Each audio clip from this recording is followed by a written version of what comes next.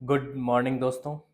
आज की इस प्यारी सुबह के साथ आज हम मिल रहे हैं एक नए टॉपिक के साथ में।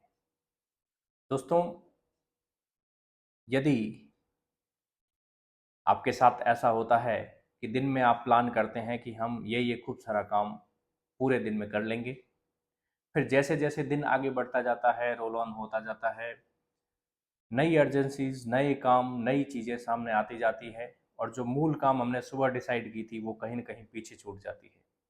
शाम होते होते यह स्थिति उत्पन्न होती है कि कुछ हुआ ही नहीं। क्या आपके साथ ऐसा होता है? यदि होता है तो इस दुनिया में ऐसा होता है, ऐसे अकेले आप नहीं हैं। लगभग सभी के साथ ऐसा होता है।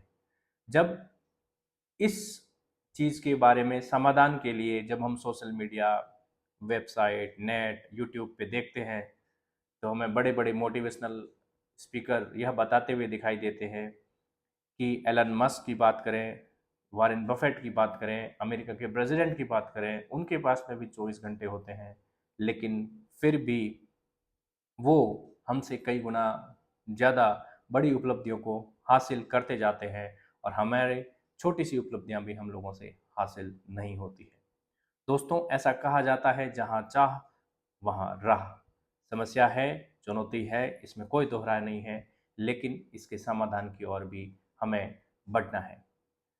सबसे पहले यदि हम वॉरेन बफेट के फॉर्मूला की बात करें, तो वो सिंपल सा कहते हैं कि आप टास्क लिस्ट बना दीजिए। उसमें टास्क लिस्ट बनाने के बाद में उसमें से कोई भी 3 काम आप छाँट लीजिए और 3 काम छाँटने के बाद में पूरी टास्क लिस्ट को फेंक दीजिए और उन पूरे दिन में उन 3 टास्क पे आप फ़ोकस करें, आपकी प्रोडक्टिविटी बढ़ेगी। लिस्ट लिखना और 3 काम को छाँटना, यहाँ तक तो ठीक है। लेकिन लिस्ट को फेंक देना ये हमारे लिए थोड़ा मुश्किल है, क्योंकि हमें दोबारा लिस्ट बनाने में ज़ोर आता है। हम यह नहीं कर पाते हैं और हम नहीं कर पाते हैं और वॉरेन बफेट कर कर पाते हैं, इसलिए ही वो वॉरेन बफेट है। चलिए कोई बात नहीं, हम प्रैक्टिकल अप्रोच पे आते हैं। हम जिस लेवल पे हैं वहाँ पे टास्क को कंप्लीट करने का, दिन के कार्यों को समय पर पूरा करने का फॉर्मूला ढूँढने की कोशिश करते हैं। दोस्तों, हम रिसर्च करते हैं विभिन्न माध्यमों से, तो हम पाते हैं कि सबसे पहले हमारे पास में एक टास्क लिस्ट होना ज़रूरी है, काम की लिस्ट होना ज़रूरी है। काम की लिस्ट बनाते समय जब हम बनाने बैठें तो वो सारी चीज़ें जो हमारे दिमाग में आ रही है वो उसके अंदर हम लिख लें। साथ में यह भी ध्यान रखें कि उस कार्य को हमें जज नहीं करना है, पर्सनल कोई वर्क है तो उसको भी इसमें इंक्लूड करना है और इस तरह हमें उस लिस्ट को लिखते जाना है। लिस्ट को लिखते समय हमें थोड़ा स्पेसिफिक भी होना है। जैसे हमारी किसी के साथ मीटिंग है तो हम मीटिंग लिखेंगे तो पर्याप्त नहीं होगा। मीटिंग किसके साथ और कितने बजे है, यह हम जानकारी डाल देंगे तो वह हमारी जो टास्क लिस्ट में हम उस कार्य को लिख रहे हैं वह पूर्ण होगा। जब एक लंबी लिस्ट हमारे साथ तैयार हो जाती है, जो हम कर भी लेते हैं मानसिक रूप से भी, यहाँ बात लिखने की, और ये तो लिख करके जैसे ही आपने अपनी टास्क लिस्ट कंप्लीट कर ली, अब आता है दूसरा फॉर्मूला। वह है कि कार्य की प्रायोरिटी तय करना, वरीयता तय करना, जिससे सारे काम समय पर हो सके, उनकी डेडलाइन मीट हो सके और कोई भी इम्पोर्टेंट काम बचे नहीं।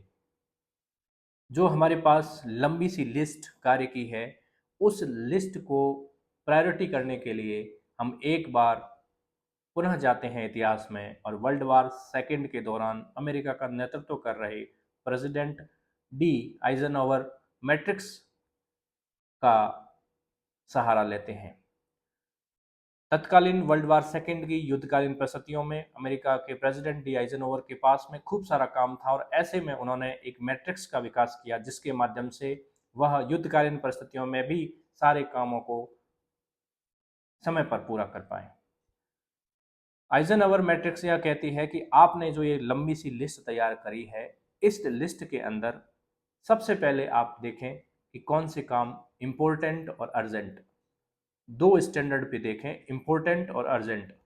उन कामों की आप टिक करें और उन कामों को डू नाउ आप करना शुरू कर दें और कर दें।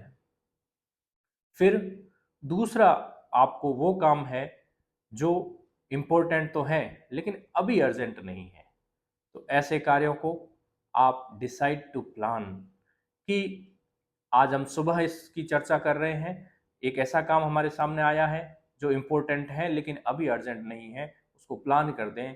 सुबह शाम 7 बजे, 8 बजे, मंडे को, ट्यूसडे को, या नेक्स्ट वीक को, या नेक्स्ट मंथ को, जैसा इम्पोर्टेंस है कार्य का उस हिसाब से उसको किया जा सकता है। तीसरा, उन्होंने आइजनहोवर मैट्रिक्स में अपना फॉर्मूला दिया कि कुछ ऐसे काम होंगे जो अर्जेंट होंगे लेकिन इम्पोर्टेंट नहीं होंगे, जैसे लाइट का बिल भरना। लाइट का बिल भरना यह ऐसा काम है जो बहुत अर्जेंट है, नहीं भरा तो लाइट कट जाएगी, लेकिन उसकी इम्पोर्टेंस इतनी ज़्यादा नहीं है कि इसमें आपको अलग से कोई टाइम और एनर्जी इन्वेस्ट करनी पड़े। तो बेटर वे है इस कार्य को डेलीगेट कर दे, अर्थात किसी व्यक्ति को सौंप दे, इस कार्य की ड्यूटी वो इसको कंप्लीट कर ले।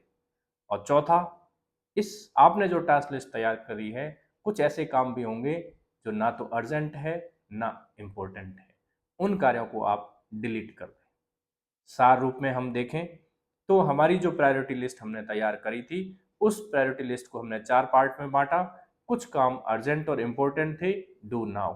कुछ काम सिर्फ इम्पोर्टेंट थे, प्लान उनको करके रखें कि अगली बार कब करना है। कुछ काम अर्जेंट थे और इम्पोर्टेंट नहीं थे, उनको हमने दूसरों में डेलीगेट कर दिया। कुछ काम ना तो अर्जेंट थे ना इम्पोर्टेंट थे, उनको हमने डिलीट कर दिया। जब ऐसी प्रायोरिटी हम लोग बनाते हैं तो कहीं ना कहीं हमारे पास में कार्य की प्रोडक्टिविटी, टास्क लिस्ट का कंप्लीट होने का चांस, और शाम के समय एक संतुष्टि का भाव हमारे चेहरे पर हो सकता है कि हमने हमारा कोई भी अर्जेंट काम छूटा नहीं, कोई भी इम्पोर्टेंट काम भी करने से पीछे नहीं रह गया, और जो अर्जेंट और इम्पोर्टेंट जो सबसे क्रूशियल टास्क था वह भी समय पर पूरा हुआ। तो दोस्तों, अपनाइए इस फॉर्मूले को और देखिए यदि जीवन में कुछ परिवर्तन आता है। इसी संदेश के साथ में आइए शुरुआत करते हैं आज के दिन की। Thank you very much.